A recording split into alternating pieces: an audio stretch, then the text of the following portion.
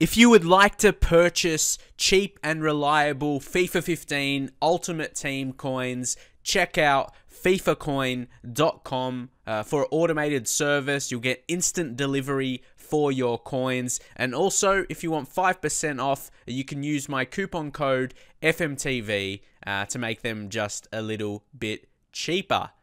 Hey guys, Footy Manager TV here. Welcome to episode number 34 of my FIFA 15 Road to Glory career mode with Shrewsbury. Today we have a huge game against QPR. I like these kind of games.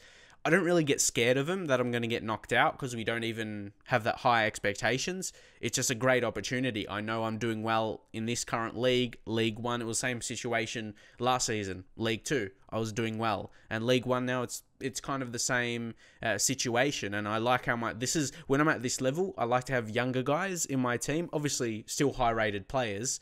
But high-rated players are on the younger scale, so they can keep improving. So that's the thing. As we go, hopefully, championship next season, a lot of our players are going to be pushing to 70s and mid-70s. A few of our players are going to get into the 70s this season, like maybe Mopay and Yi. Definitely Muller. He's on 69 for the lols. But yeah, he's going to be amazingly rated. Like when we're at our best in the Premier League, Muller, he was a youth player with that high 80s or low 90s potential. If he could actually get to that rating, we'll be unstoppable with one player like that. I think Byram did as well, and our goalkeeper. So that's a few guys. And also, you would have seen at the start of this video, I've got a FIFA coin sponsor now, fifacoin.com. And yeah, it's going to bring opportunities for my channel to get more coins within the Ultimate Team game mode. And you'll see some more Ultimate Team content in terms of squad builders. And yeah, where I can use a lot more coins and get bigger players to have some interesting videos. And maybe do some collabs with other YouTubers. Maybe some pack opening challenges and all that kind of stuff. If you'd like to see that, drop a like on the video. And also, maybe if you wanted coins yourself, using my link, and you'll get the 5% off as well using the FMTV code. It would actually help me. It does actually help me to get more coins from my coin sponsor. So, yeah, I would appreciate that. If you were interested in buying coins, to use fifacoin.com. They're actually one of the cheapest on the market as well. So this is a highly anticipated game for us. But look at Alan Antonio. He looks so professional. Just his look and that haircut is very nice as well. Short and just, a bit on the top. He looks like a very good player. A very professional player. But this is going to be the interesting facts. QPR are playing 5 at the back. They're playing 5 at the back against a team in League 1. And I know where that comes from. They're obviously still in the Premier League in this career, haven't got relegated, so they're playing a defensive lineup, which you would expect. But surely they'll alter that against a League 1 team to try and win. I don't know about you. The CPU in FIFA, in career mode, there's no CPU thought, really. They just, play a defensive formation, and it's set like that for the whole season if they're a lower team in the Premier League. But when they're playing in the Cup, they don't change that. Surely that has to be there. That's one of the most simple things, really, that should be in a career mode in a sports game. Really, just in a sports game in general. So, leave your thoughts on that anyway. QPR playing this style against us. It could be good or it could be bad. Like, we could go out on the attack, and because they're going to be sitting back, they'll be countering. So it's a very interesting one. And you can see here already early, we're maintaining possession really well. Greg Wild on the ball. Try some fancy footwork there. Very nice. Nathan Aki on loan from Chelsea. James Wilson on loan from Manchester United. A couple of good talents there. We could potentially get in the future. Leave your thoughts on those two guys. But for League 1 level, so good. Even look, James Wilson going back to win the ball back. Liam Lawrence in midfield shows the experience. He was the captain mostly last year, but I reckon, Connor Goldson has taken that mantle right now. Leave your thoughts on that, who should be captain for most games, but Connor Goldson is an amazing centre-back for Road to Glories. I know a lot of people who don't actually start with Shrewsbury, in fact, actually sign him because, he's a good price and he develops really, really well. He's cheap at the start, and he becomes, definitely mid-70s at the very least.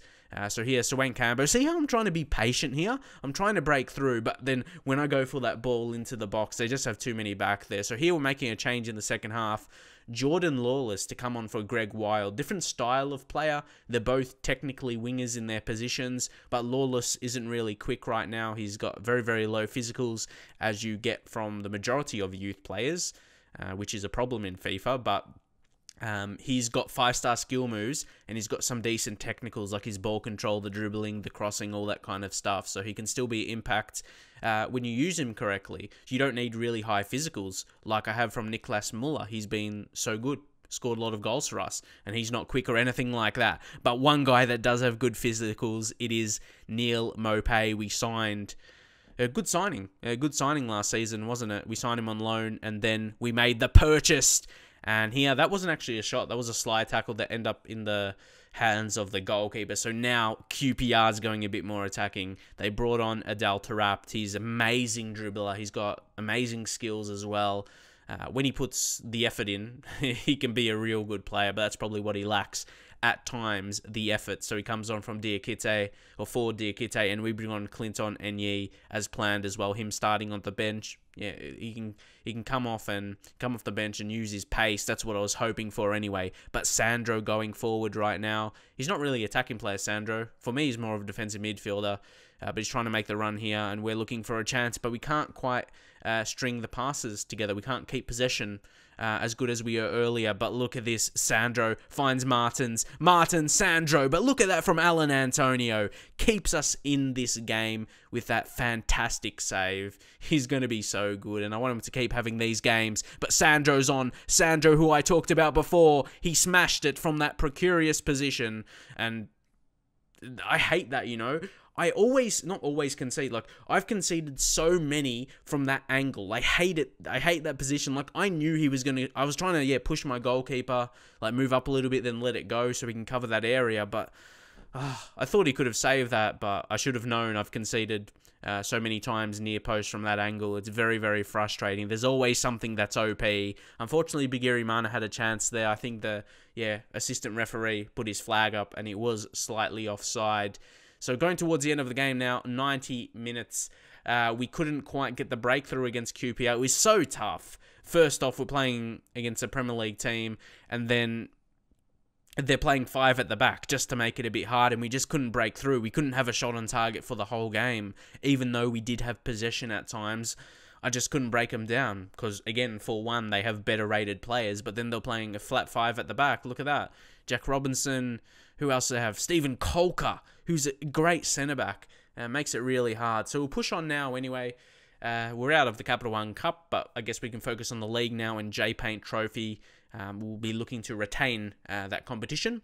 But yeah, because the transfer window is over now, and I didn't want to send these youth scouts out then because, I might have needed money, but I know, the transfer window's over now, and we can, put the money into the youth scouts and hopefully get more guys like Niklas Muller, Byram as well. He's decently rated with the potential, and Alan Antonio. So they're 3 guys, 2 of them English as well. The goalkeeper Alan Antonio and Demarai Byram, the defensive midfielder.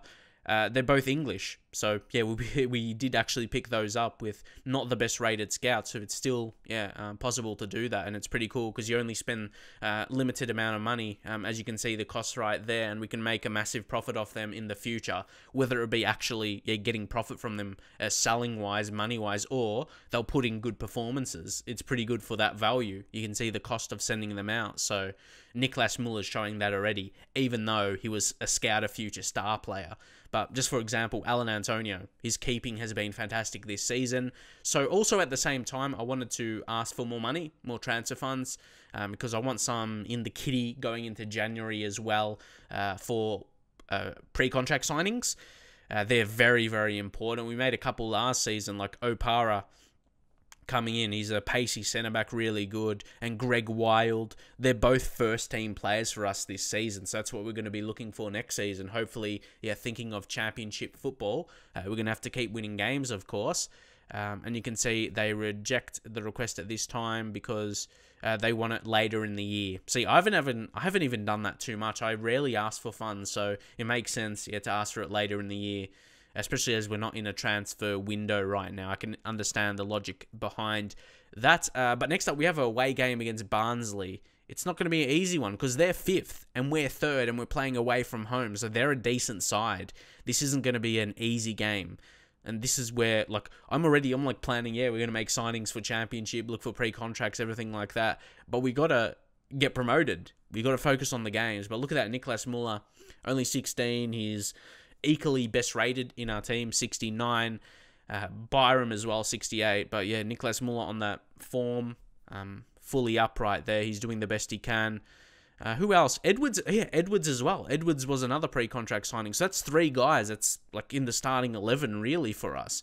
Really, really good. But here, this is where we're the best. On the counter. And he's just an amazing dribbler. Look at this right here. Gets past one. Gets past that same one again. 3 times. He completely doesn't. But that was an amazing save by Turnbull. Oh, that would have been an amazing goal, though, by Enye. But Edwards on the ball. Like I mentioned, one of the pre-contract signings. And that was lush. What a finesse shot. That was absolutely amazing from Edwards. I haven't scored too many finesse shots of late, like that perfect as well. Those bring me back to like the FIFA 12 days, or around FIFA 11, FIFA 12, when you score those so easily. That was lush. Amazing Joey Edwards for his first goal in the Football League 1 this season. Pushing on to the second half now is going to be an interesting piece of play as they play it through to Winnell, and Goldson slides in. He got the ball, but the ref's coming, and you know what's coming. But I knew, and I was just I was shocked when he was running to. I was like, no way, no way, this is a red. I clearly got the ball. I know I touched him slightly, but look, I slide. Did I get the ball or get the ball? How does the ball go down there? I got the ball, yeah. I know I collected the play, but I cleanly got the ball first. So leave your thoughts about that. You know, red cards in FIFA are a bit dodgy. So this is another interesting thing. I'm not sure how much you're going to notice of it, but Muller, I put him there, then I took him off, but he didn't go off. You'll see that in a second.